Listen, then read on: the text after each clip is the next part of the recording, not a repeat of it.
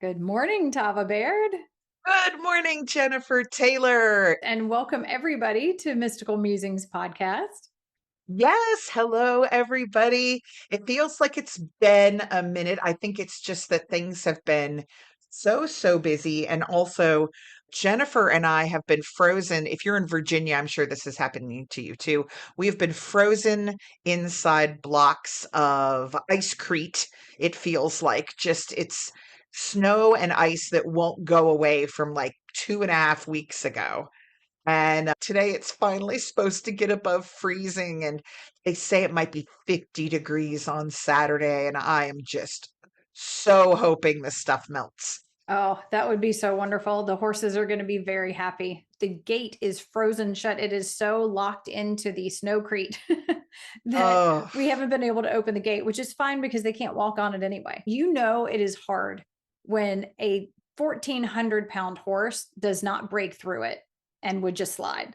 Like if he can't step through it, it is, I mean, snowcrete is really the only word for it. is crazy bad. My little corgi, my backyard is on a hill, and we've cut her a path, but she likes to go off-roading, and it's really funny. She just sort of slides down the hill now to get back to the house with this resigned look on her face, like this is where we live now. Yeah, it's pretty intense. So I'm super looking forward to a little bit of melting going on, especially because this weekend I'm headed to Milton, Pennsylvania, where I imagine there is also Snowcrete, to go to the vampire event up there. And as of right now, our trailer that we use for vending, we call Ducky because Ducky follows behind the car. Ducky is in a block of ice. And so, really hoping we can get Ducky out. We made the mistake of tucking her off the driveway because we weren't using her so much in winter. So Oh no. yeah, there's gonna be it's might be me out there with a pickaxe soon. So Yeah. Well, and you have a bunch of classes still coming up, right? oh yeah. So Lilith classes are underway. Did House of Spirits last weekend. A Gathering of Owls makes its debut. And then the following weekend, we had a Deck of Rebellion that got snowed out that was rescheduled. So there are tons of new Lilith classes up, and there is a brand new one just got introduced this week. It is the first level 3 Lilith class, and it is called Chaos Angel. And it is about a particular energetic phenomenon. But we'll get to that later a little bit Oh, more. But yes, if you and Jen, you've been doing your Reiki classes right now as yeah. well, right? Yeah. We are well into our Holy Fire Reiki Master class, which is, I am always amazed again. Like, I don't know how many times I've taught it, but every time I get into it and I'm like, oh, this is such an amazing class. And the work that is done and the focus that of the class is so much in line with all the types of things that we talk about. It's, finding and rediscovering your authentic self and healing the layers of the culturally created self and the unhealed ego and these parts of us that are, basically just these walls that we built around ourselves that are not who we are, but we've sometimes so forgotten that we tend to identify with that as opposed to who we really truly are and our genuine, authentic self. And so much of the healing in it is around releasing and lifting away and clearing away all of those layers so that you can really awaken and see more clearly and access more clearly your authentic self. And I was like, oh my gosh, how do I always forget that this is like so much exactly in line with the stuff that we're doing, just in a different way? It's just a different way Yes. of letting go of the stuff and clearing it. And the energy keeps working with you even when you're not in class. It's like you don't have to be sitting giving yourself Reiki for that to happen. Not only are there lots and lots of healing experiences within the class, but then the energy just continues working with you to continue helping your evolution and healing. And it's so neat to watch the transformation in the students and all the ways that it's rippling out into their lives, and the inner work, like things that they'll see in their inner experiences during an ignition or a healing experience during it, then like actually is manifest during the week. Like somebody comes to them and they have this conversation that seemingly, out of the blue, and it's all perfectly aligned with what was just released and let go of. Yes. And the spirit release has been huge for people, and like realizing that's what's been going on. One person was just in tears going, "Oh my gosh, do you mean I'm not crazy? Like I've been carrying these spirits around, these energies with me for the last 10 years. And I just thought I was nuts. I didn't have any realization of what that was and nobody to tell. And that's been life changing. Like it's just been so neat. So I love teaching these classes. It's really Yeah. cool. There is something so incredible in being able to witness somebody sort of rediscovering or being able to reach out and touch the divine in a way that they were blocked on before. Since last Thursday, I have performed the Four Mirrors ritual, which is a an introductory Lilithian ritual that helps people to picture the fact that they have a divine soul.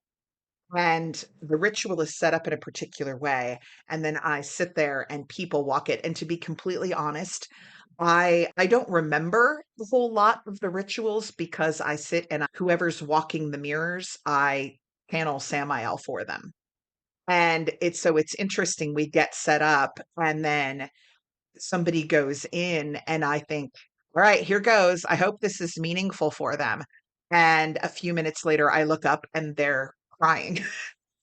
And I'm thinking, what did Samael just say? Because I'm not writing it down, like I'm just doing it right through with my voice.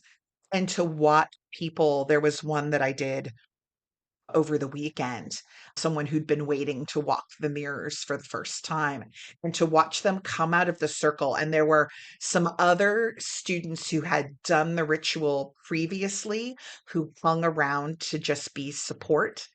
And to watch this person walk out of the circle after what Samael had to say to them and just fall into the other people's arms crying, and everybody was hugging and holding them. And I was just like, dude, I really wish I had written that down.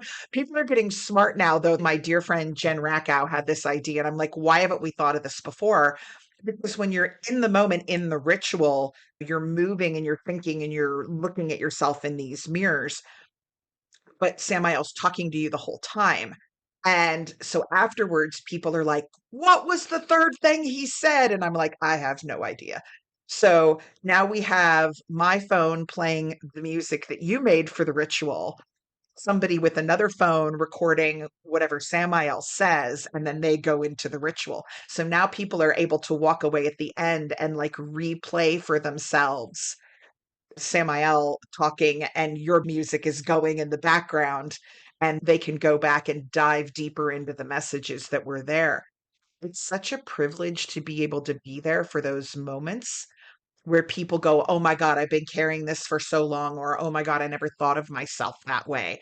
And then things start to fall away, which is an incredible segue, Jennifer Taylor, into folks, we have an event together to announce. And you get Keith as a bonus, right? Yeah. It's all three of us.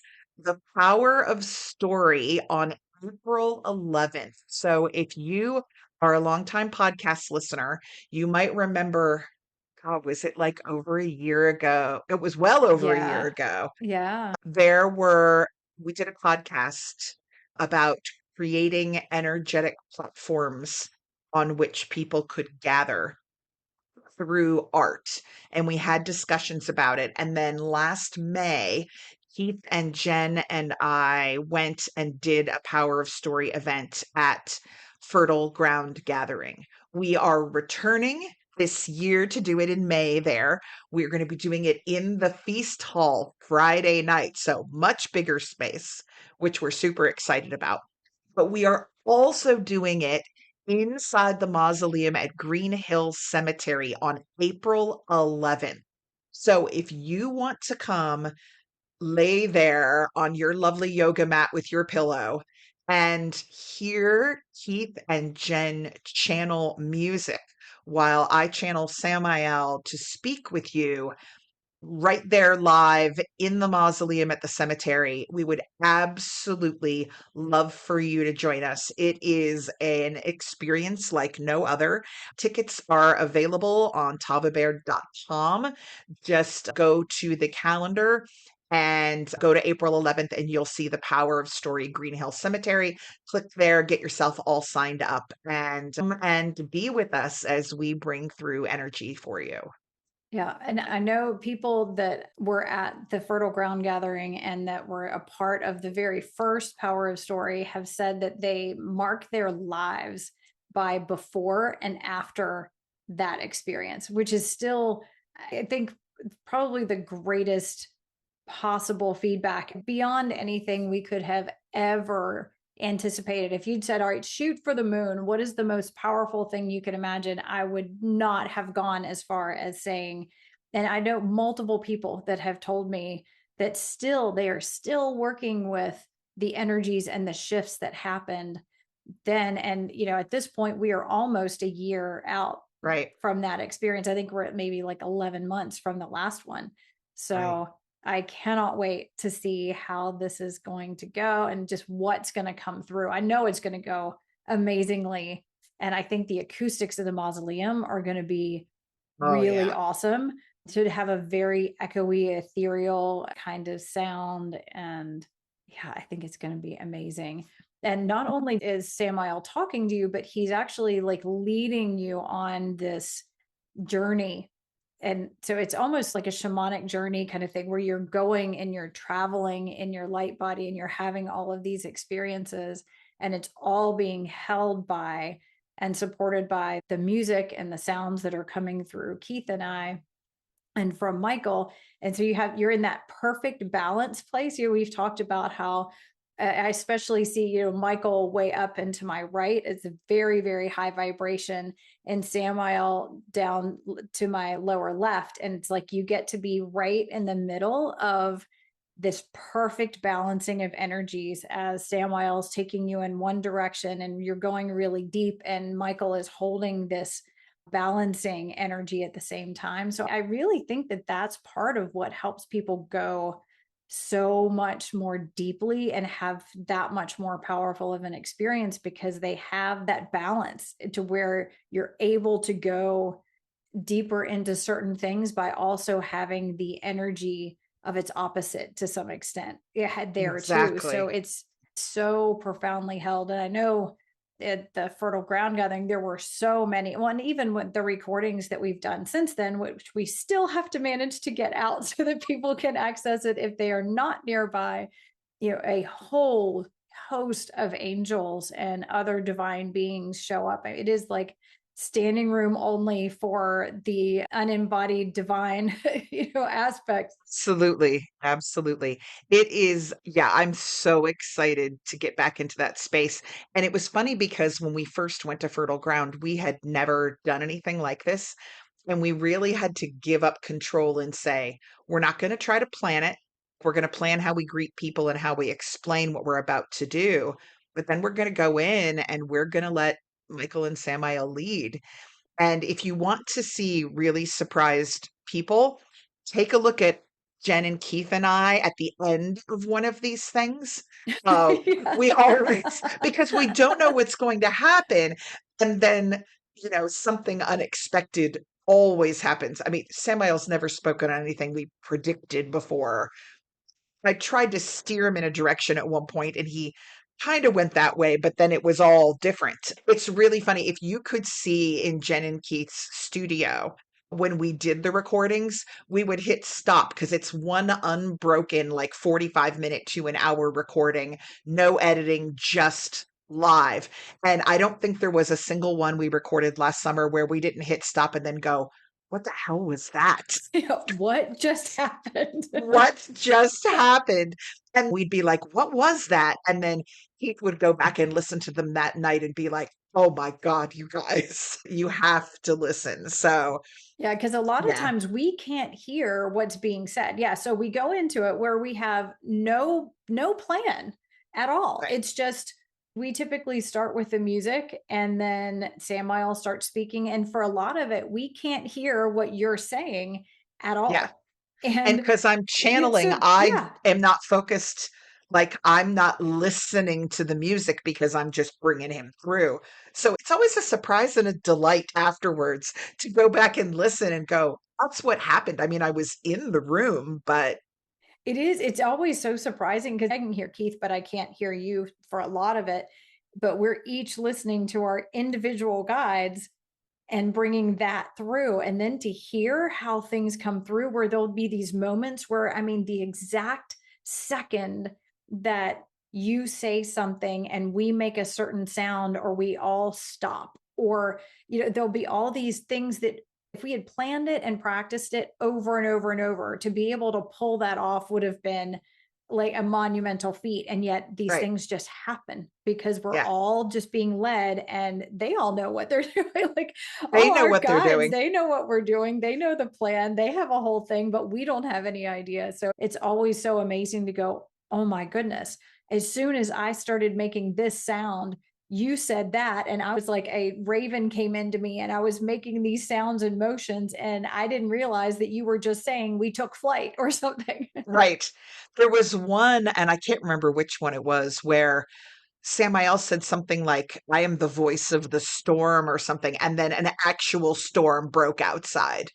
Yeah. And yeah, Yeah, and it it was the was Mary like, Magdalene one, because I think we're oh, going it was the across the Mary desert Magdalene and ones. there's, yeah, and an actual massive thunderstorm comes up in the middle of it. And so there's a few parts where it's quiet enough where you can actually hear the real thunder in the background as he's talking about, yeah, like being the thunder and joining his brothers in the storm and something. And we're like, whoa, this was not, because I don't think that was a weather phenomenon that was expected, because I No, would have been like, we can't, we shouldn't be filming or recording this in a thunderstorm. It's going to interfere with all of the audio. And instead, we had a real live thunderstorm as he's talking about the thunder. it's, yeah, blows my mind. But so speaking of music, would you mind, guys? Jen completely redid her studio and it looks beautiful. And she's got all the instruments set up in different places. The gong is now over to her left. Would you mind bringing through a little something for us today? Sure, absolutely. We'll see what comes through.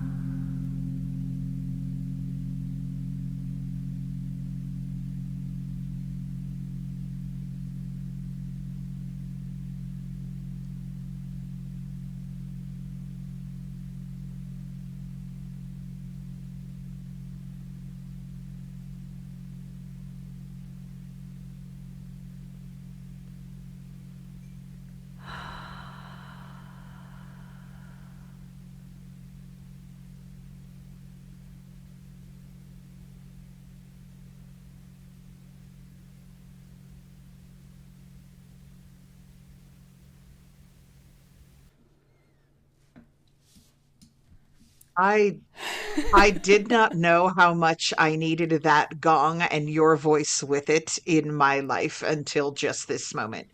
I could have done that all day easily. And I don't know. I mean, I knew you and Keith always talk about the vibration of the gong being powerful. I got a level of, okay, so full disclosure. A lot of times when Samael is talking to me, you know how, like, before you speak, there's kind of this gray cloud of the meaning you want to get across, right? And then that forms into his words and they come out. But sometimes there are occasional little, like, blips where, as I'm bringing the word through, I don't have, I feel like I've missed a word, not a whole word somewhere, but I find myself sometimes when I go back and I look at when I wrote down what he said, there are times where I will see repetition in some of the word choices. And I know I get this feeling that that wasn't the exact word that was supposed to come through this time. And I don't know if it was the gong or the energy of the new space. I wrote down what he said, and if you his vocabulary is much more precise in this writing than I get sometimes, where I'm like, okay, I've got this super clear now. It's a hard thing to explain because when I channel him, his words are his words. But it's the difference sometimes between hearing somebody talk to you on a phone and having them stand in the same room. You know what I'm saying? There's a certain, there are some times where the word sounds like there's a deeper meaning behind it that I'm missing. And this time, well, I'm going to read it to you and see if you hear a little bit of difference because this is what came through with you with that gong. The commonality of our vibration is the foundation of our work here, Shala, to bring divine rhythm and wavelength to those out of balance, to allow our people to speak together in one powerful voice. When the here reflects the existence beyond the fourth mirror in some way, progress is made, progress that cannot be undone. And it all starts on this plane with language. Let your words resound outside of their societal boundaries with love.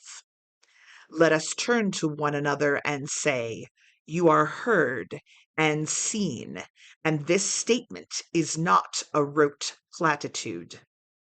Let us sing together. Let our bones tremble with it. And then glory and balance will be ours. Yeah, I totally hear what you mean. And how you describe that really resonated with me too, because I feel like more and more these days I'm getting words and I'm hearing Mary Magdalene and I'm hearing, especially probably Mary Magdalene, and more words from Michael. And it has that feeling where it's like, there's that little bit of gray that it's coming through where it's like, I feel like I'm getting it, but maybe not just the quite the right word, but a word that's very close or things like that. Yes. And yeah, there's a level of clarity and exact. It's almost like when you're using a tuner to tune an instrument, and it's like it's Yes. still an A, but it's an A minus 5 cents or plus 15 cents. You know, it's not quite perfectly tuned, but it's close enough that you would still say, yeah, that's in tune. Yes, that's an A, but it's not the level of just precision. Yeah, it's like using a microphone with a filter and without a filter. So when I hear him, I'm getting the message, and I think I do a decent job of translating, but I feel like there's almost like a little filter in the way that's screening out some of his S sounds.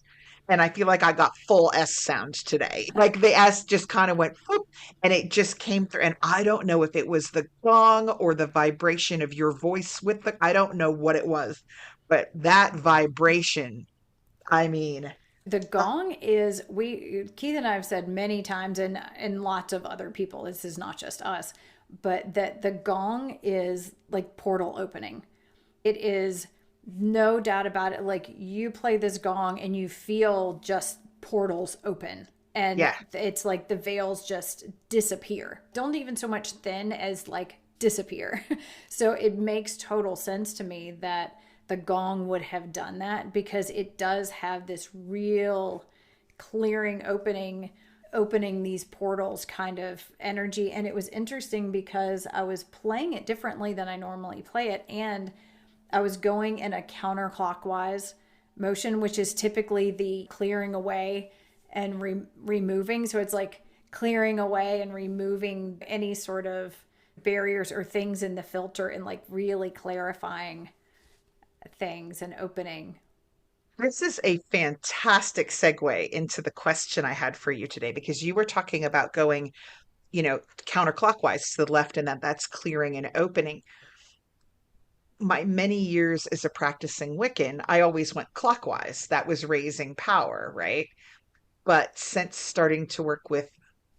I started doing the Four Mirrors ritual, it's the first ritual I've ever done in my life that always goes to the left. It always goes counterclockwise. And I'm noticing Samael always goes left, left. He does the opposite.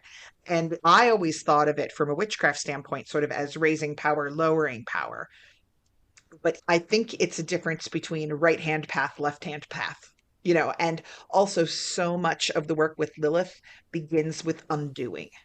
It begins with clearing away. It begins with dropping things that no longer serve, that those early rituals are go to the left, go to the left. And it's funny because I sometimes will get people in the ritual who, like me, they spent a decade going to the right.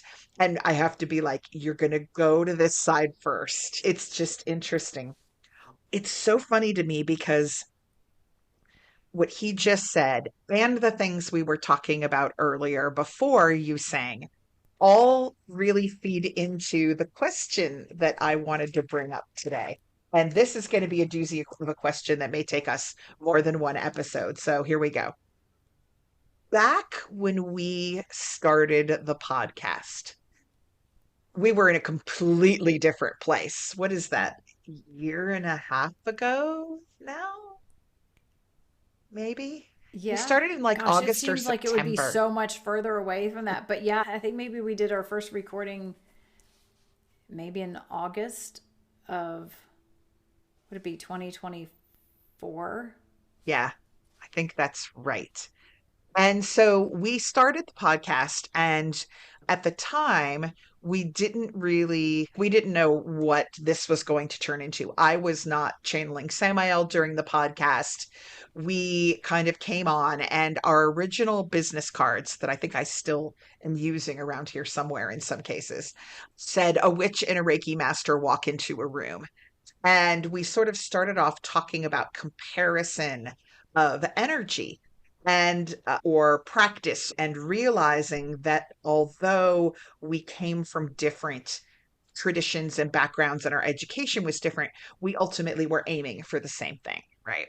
And then the podcast sort of went in its own direction, and we both started channeling during it, and it is what you see now. And I think we really found where our feet were supposed to go.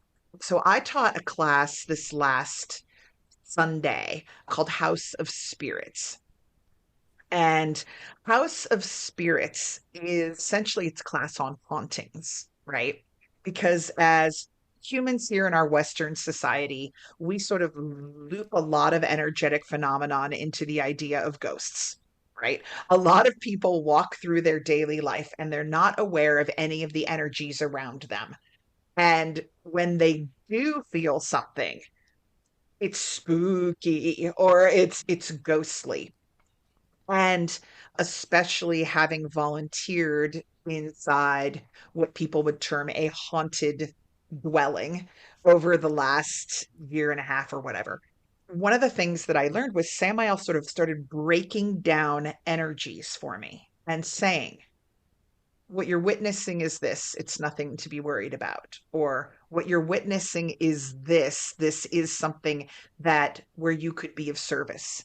Or what you're witnessing is this, that is something where you need to call in assistance.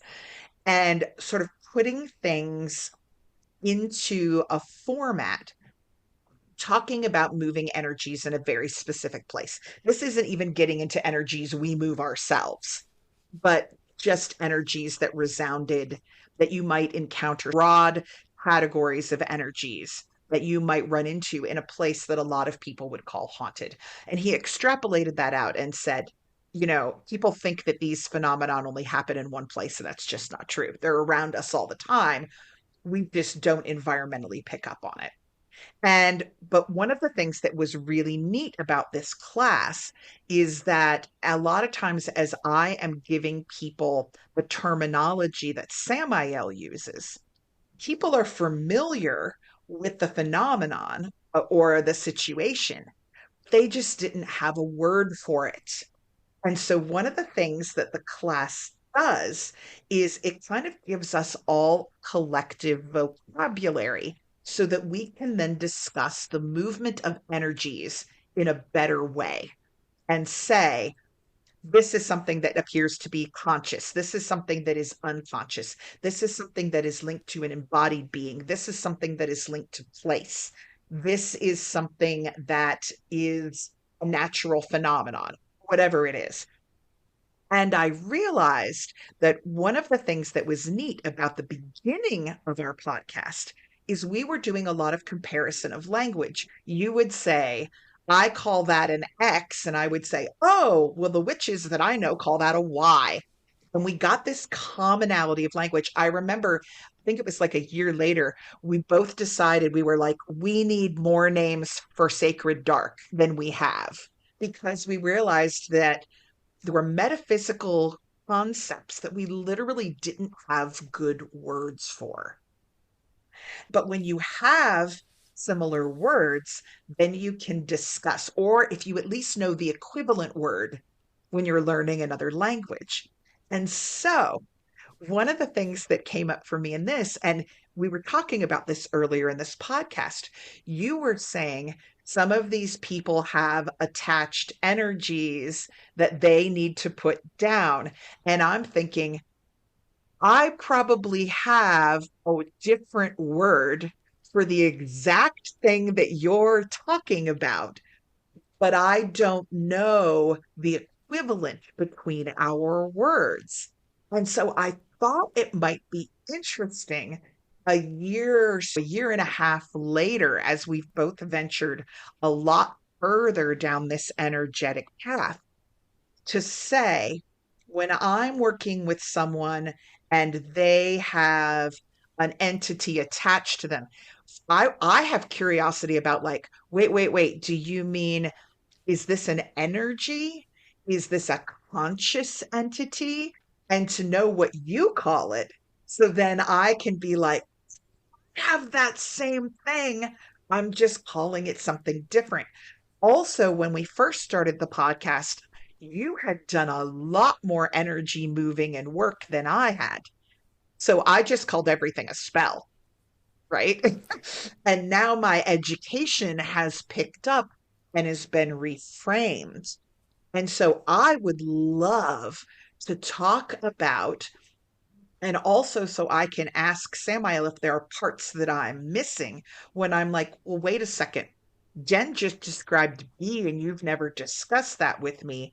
What is that called from your standpoint? And sort of see where we overlay. I just thought it would be interesting. Yeah, no, actually I would love that. And I was thinking about this just the other day. And actually, one of the people in my class is also an avid podcast listener, although he's still, I think, maybe a year behind in the episodes, and was asking because he had just listened to an episode where we were talking about, and I might have, I think, mentioned spirit attachments. And we were talking about that, some things are better left to the kind of processes that that Samael was saying, like the 10 steps to sovereignty, and some things can be cleared away with this healing spirit attachments kind of thing. And he was asking what my understanding is now based on it and how has it changed. And I was thinking about that. And this is actually a conversation I've been wanting to have with you and Samael for a long time, because I'd be really interested in getting a deeper understanding of some of the things, because I have a sense of how to work with them as far as from an energetic perspective with a client, or, and helping to clear that. And I have a collection of some language that I've sort of either developed or picked up from bits and pieces of other people that do this kind of work. But it's interesting because a lot of it is also more broader kinds of terms, and it's not broken down to the level that it sounds like Samael has now broken down. What everybody would just call a ghost is now there's a whole lot Now of 15 different things. It's like Yeah. there's a lot of categories within ghost kind of thing. So yeah, I think that would be great. This is going to be like all of energy is going to be interesting to try to structure into discussion. So we'll probably have to pick a place and start there and then wander through some things. And the other thing that's interesting is because my education in this area is more recent and new in terms of the stuff that he's been sharing with me over the last, year and a half or so. I know that this is not all of the terms, and I know that this is not all of the ones, because it seems like daily I'm getting him explaining something else. So yeah, this should be fun. Okay, so I will maybe I'll first describe what it is that I mean by spirit attachments. And Okay. again, that's definitely something that needs tweaking, I'm sure, as far as certain understandings. Let's see, I'll start it this way. So I talked about in actually a podcast interview a long time ago on Reiki from the Farm podcast about experiences that I had with one of my children. And she had spent her entire life being bombarded by what she called bad guys. And I knew they were real. I knew she was seeing something that actually existed that I couldn't see. But, all of the experts called it auditory and visual command hallucinations. And even though some people say that childhood schizophrenia doesn't exist, they were like, if it ever did, she has it. Like, just nonstop from the time she was really little, she started describing all of these different spirits and things that she saw. And it started out with just observing things and describing what sounded like Civil War or Revolutionary War soldiers that were walking by that we saw. And they didn't have anything to do with her. She just saw them. And then it became things that were all around her and were interacting with her and were acting out terrifying scenes and things around her. And then they were telling her to do things with all kinds of threats of like, if you don't do this, we will X, Y, and Z. And it continued to the point that there were thousands of them around all the time. And so she was completely unable to function. Really, it was like she was in what was deemed a psychotic state, which was really just complete overwhelm from all of these beings, all talking at once, all demanding that she do all sorts of things and telling her terrifying things all the time. And we didn't know anything about energy at the time. We were doing the best we could, trying to figure out all of, what is this, trying to find people to help us. Couldn't find anybody that had anything that was particularly beneficial, other than that they said, call in Archangel Michael. And calling in Archangel Michael would make her scream and cry. She was like, don't do it, don't do it. They don't like it. They don't like it. They're going to hurt me. make it go away. Don't call him, don't call him, and would run and hide in the corner when we would say that. So we're like, all right, that's real. And there's something real there if they're terrified of Archangel Michael and are like, do not call him in. So she wouldn't call him in because of the threat that they would make against her for doing it. So we're like, all right, that's real. After years, I'm jumping over a million different things, but I actually wrote an article about this and I have it on my website if you want to hear more about it. But essentially, we got to a point where I took the Karuna level Reiki class, which is 6 months beyond master, and became aware that these were spirit attachments, or at least that could remove them. I don't know exactly what all they were, but what I realized when I talked to her and we went through this whole process was that there were different types of things that were there, and some seemed to just instantly leave, some were more difficult to, and some were very tenacious and were like, I'm not going anywhere, and we're trying to threaten her to keep her from continuing. But in the end, they all left, all through this same process. And at the time, I didn't have any sort of clairvoyance, but she has clairvoyance, like sees all of these energies and beings as clearly as she sees me. And so for her, the rooms were always like completely crowded and filled. And one of the things she had told me was that, because I'd said she was, 7, I think, 7 at the time. Not at the time that we figured this out, but at the time of what I'm about to tell you about. And I said, just tell them to go away and leave you alone, that you're just a child, you can't help them. Just tell them to go away. And she said, no, I can help them, and I do help them, and I won't send them away. And this was also at that point, I mean, they were bombarding and they were intrusive, but I don't think the commands had become as dangerous as they became later. Like later it was, kill them, stab, do all of these things, do things to yourself. But at that time they were more just constantly there and constantly badgering her all day long and all night long. And she said, they come and I send them to the light. And they want to go to the light, and they know I can send them, and I can, but it was like I do it one at a time, and it takes forever, and there are thousands of them, and there's just always more. Like there's a never-ending thing, and I can't do all of it, and because I can't keep up with it, they're all like constantly shouting out to me what they want and what they need. But I thought it was really interesting that she was like, no, I can send them. I'm like, you're 7, like you can't help them. And she's like, of course I can. And already just automatically knew. She was like, I send them to the light.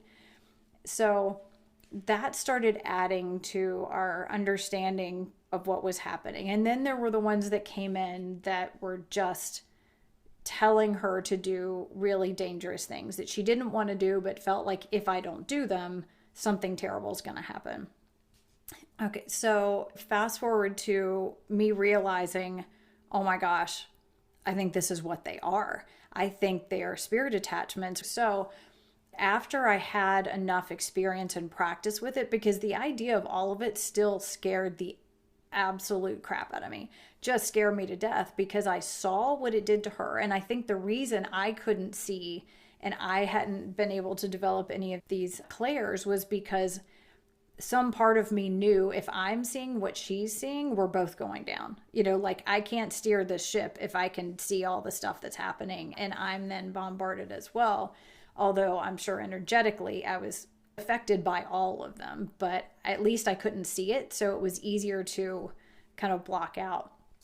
So I was like, okay, I really think I know what this is. And I think this can help. And so we talked about it, and I had done this with a friend who was very clairvoyant and had described the process. And I was like, okay, I have a good understanding of it. Let's do it. So we sat down, and for this process, what I do is activate Holy Fire Reiki. I fill myself with it. I fill her with it. I say a prayer that asks that my entire ego and all of my personal energy be set to the side so that only the pure energy of the Holy Fire, the Holy Fire Reiki, and God's love and forgiveness be a part of this spirit release process.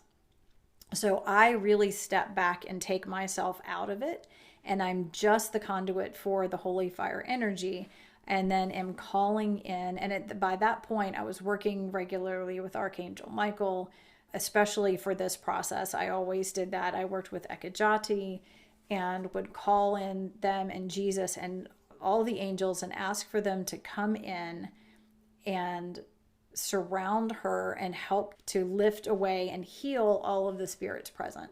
So I'm sitting there with her, and we're just sitting actually in this room, actually almost exactly where I'm sitting right now, facing each other. And I was like, you can just describe what's happening, tell me what's happening, and we're going to go through this together. And so she starts describing all of these hosts of angels and all this light, and just being bathed in the light. And I could feel a lot of what was happening. I couldn't see it, but I could kind of feel some of it. To me, it looks like these little like wisps of energy, light, sort of like a fog, but fog with some degree of shapes. And maybe that is like residual energy, something that's lost and doesn't seem to have any real consciousness there, that are just, it's just like a moth to a flame, but it has no real awareness of what's going on. Those instantly leave.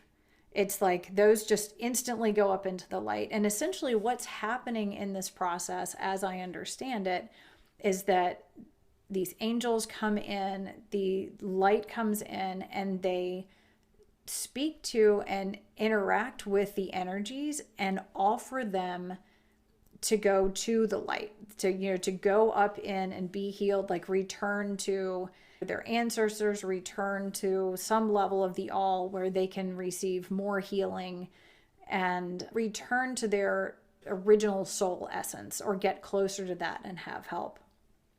And depending on who it is and what's happening and what level of consciousness and why they're there to begin with, that interaction seems to be more and more like an influential kind of thing. All right, I'm not saying that well. So she would describe it as like kind of a negotiation to some extent, where large groups of them would leave at a time, and the less conscious, the more quickly and instantly they would go into the light.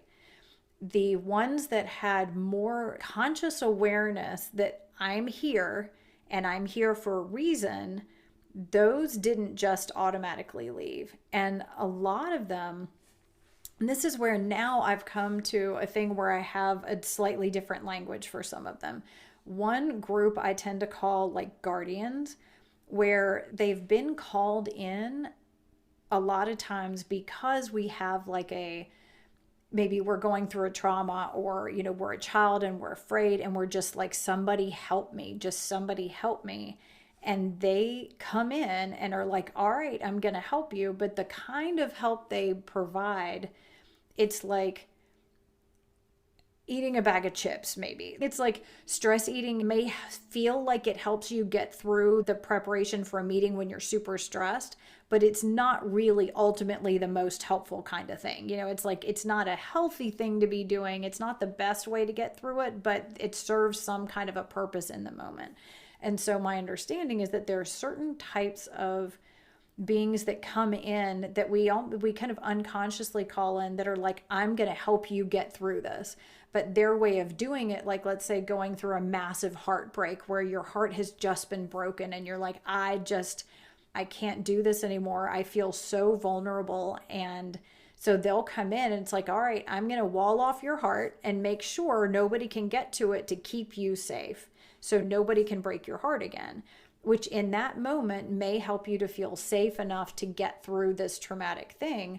But at some point you outgrow that and you're like, I need to expand. I want to let love in again. I want to trust somebody. I want to have this. But they're still there going, nope, this is my job. I am here to keep your heart locked down and make sure nobody hurts you. And they think they're doing you a service. They are there to help, and they take their job very, very seriously. And it's like, no, I'm not going anywhere. I promised you. And it's almost like they're fulfilling an assigned role that they take really seriously and can't be talked out of it.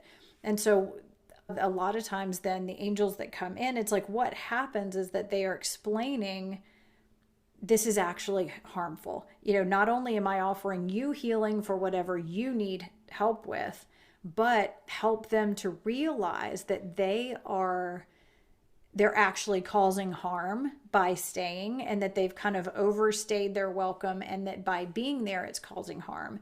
And so the people that have been able to describe what they see to me really clearly is that there's this negotiation of, and sometimes it's just a matter of, oh my gosh, I'm hurting them. No, I'm here to help. Like, what are you talking about? And when they just realize that their presence is harmful, they happily go and receive healing for themselves and apologize on their way out.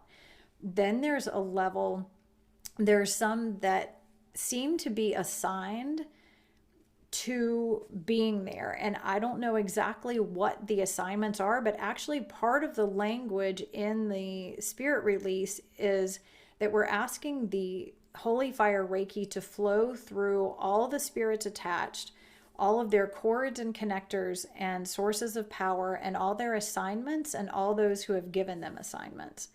So some of them, and this was described by my daughter, and then also by a number of other people who have watched it, where it's like they're going, nope, I have to do this. And I think on some level they realize that they're causing harm, but I was assigned to do this. I was sent here to do this, and I can't leave my post. And there seems to be a fear of what will happen if they do, and also a sense that I'm not worthy of anything more than this.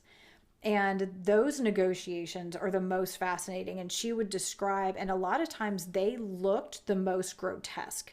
Like, she would describe them as like, digging their talons into them, but they looked almost like really grotesque gargoyle kind of things.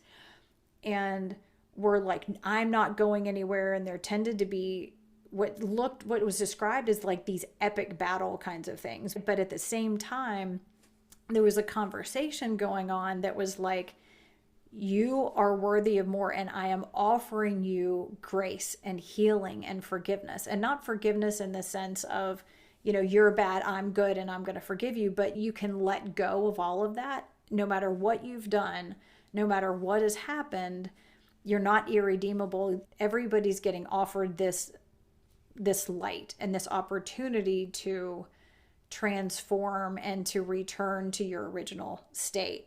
And so many people have described this to me and she said the same thing, where there was one that was like hideous, and she was really afraid, like, this one is not going to leave and I'm going to get punished for having even tried. But they continued and they continued and they continued. And the conversation would go something like, you are worthy. This is being offered to you. This healing is being offered. And they're like, no, not to me. Not to me. I don't get stuff like that. I don't get to be saved. I don't get to be healed. This is all I get. You don't understand. And they're like, no, you do. And it would just keep saying, not for beings like me, not for things like me. You don't get it. And there would be a moment when it was like, seriously? I mean, really? Like, this isn't joke. You are really offering this to me. And they're like, yeah. And they would describe it as it would start to change form. And something that went from the most terrifying thing you could imagine started looking cute and cuddly. And this one gargoyle-y looking terrifying thing turned into this baby monkey in their image. And it was being cradled by the angel and like snuggling up in it and waving. And then they start apologizing, because it was like, oh my gosh, I am so sorry. I'm so sorry for the harm I've caused you. I'm so sorry for what I've done. And are then going up into the light in the arms of these angels. One of them, the most tenacious, most terrifying one to her, that she was like, it's not going to leave. It's never going to leave. Nothing can be stronger than this. Ended up transforming, and she started laughing, because she had gone from like, this is really scary, to just laughing and giggling. And I'm like, what are you like? What are you laughing at? She was like, he just looks so funny dancing in the light. Like, and it went from this terrifying thing to dancing and twirling and just like silly dancing and joy in the light as it was going up. And she was like, he just looks so silly in the light. And the way he's dancing so silly that it made her giggle. So, I mean, this thing that had been absolutely terrifying and she was sure was way too powerful and would never change his mind was making her giggle from how like cute and silly it looked. So those are kind of the different types of things, and I don't know exactly, what they are, other than that some definitely have major levels of consciousness. And then I guess I'll say this, my part of my other experience is working with Jonathan Goldman of the Essential Light Institute and having sessions and individual sessions with him, and him talking also in a class about being mediums of transport. And he talks about that certain people, certain souls, part of their job and their reason for being here is to be what he calls a medium of transport. And that's exactly what she was, where you are like, you have this really brilliant light and you are like this beacon for souls that are lost, who have maybe that, I don't know, maybe they died suddenly and they don't realize that they're dead, or they're just wandering around and need help. And they come to you, and he said for most people, they do it unconsciously and maybe don't even know that most of them don't know that they're a medium of transport and don't realize what they're doing. But apparently a lot of times that happens in their sleep. Like they automatically just know how to sort of flip on the switch and turn on the light to the greater light and send and like process all these different groups of souls that come to them. But he was saying, for some, it can get overwhelming. There can get the backlog of it. If you can see really clearly, but you don't know what's happening, it can be more traumatizing. So, I believe that a lot of those were just souls that didn't know how to cross over at that point, didn't know what to do. And they see our inner light. And it's like, I naturally know that I want to go to the light, but yours is the brightest I could find, and don't seem to know how to make that connection to like crossing over kind of to the greater light. And I realized the word light is used a lot. Like it is used so much in Reiki. Like Reiki is often seen as light and actually activates like biophotons and these things like in our bodies. Like you can actually measure the amount of light that our bodies emit when we're moving energy. And that's not just a Reiki thing, but like, when we're channeling energy. And I think probably the higher vibrations especially actually translate into light. But light is really what's seen, like visual interpretation, and the visual interpretations of the people who have a lot of clairvoyance always see it as light. Like there's just this profound column of light. And Jonathan doesn't do Reiki, but he does something he calls light. And he literally says, I call light. And the being White Eagle that he works with, which is actually a collection of beings going by White Eagle, which we talked about, I guess, maybe even last week. White Eagle is constantly saying, just call light, call the light, and has taught us, processes of working by calling light. And every time I do that, it's like this massive column of light appears. And apparently the more you work with that, the broader and broader and broader that column gets. And as the way he puts it, your portion of light grows and increases as you work with it and as you put it to good use. So yeah, okay. So there's a lot of stuff there. This is so freaking fascinating to me because the stuff that you're talking about, I've heard you tell not everything in that story, but part of that story before, both like you've mentioned it on the podcast, but we've also talked personally outside. And I was just like, oh, I don't know what's going on there. But as you were talking, Samael was having me write down from his standpoint what what his interpretation is. And it's so freaking amazing because this is right at the edge of where my learning is right now. This is something that's very topical with him right now. So you want to hear this? This is going to be Oh, so I neat. definitely do. One thing that I realized I should say, in case we head off on a different tangent and I don't wrap this up for people who have not heard any of this story, what happened after that fact is that we sat there and I did the spirit release over and over and over, and she watched them all leave. And then we just sat there and she's like, they're all gone. They're all gone. I don't think she had been in a room that wasn't filled with spirits like that her whole life. And they were all gone. And we just sat there. And so then I was like, all right, here's what we're going to do, because we know they're going to keep coming. It's not like this was the end and, we've dumped out the box and it's not going to fill back up again. So what I did was I recorded the spirit release and put it on. At that point, it was her iPod.